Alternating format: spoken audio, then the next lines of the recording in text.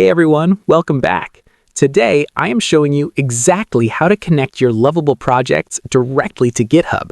This is an incredible feature because it gives you a seamless bi-directional sync between your visual editor and your actual code repository.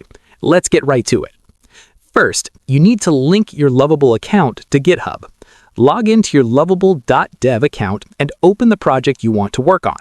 Look up at the top right corner of your workspace and click the GitHub button.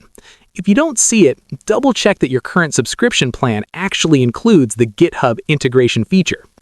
Click the button that says Connect to GitHub, which will redirect you to an authorization page. Review the permissions, click Authorize, and enter your GitHub password if it asks for security confirmation. Once you're authorized, you unlock the bi-directional sync. This is the most powerful part of the integration. It means any visual changes you make in Lovable are instantly pushed to your GitHub repository.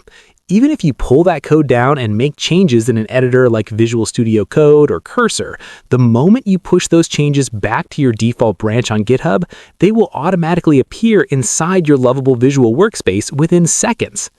Then, you need to actually create the repository for your specific project. Inside your Lovable project workspace, click that GitHub icon again and select Connect GitHub. You'll be taken to a settings page where you just need to click the Connect Project button. A final confirmation dialog will pop up showing your new GitHub repository details.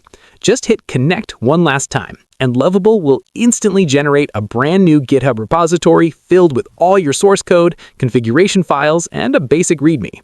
And that is it! Your Lovable project is now perfectly synced with GitHub, meaning you can easily share code with your team or set up automated deployment pipelines. If this quick guide helped you out today, please give the video a thumbs up and subscribe for more tech tutorials. See you in the next one.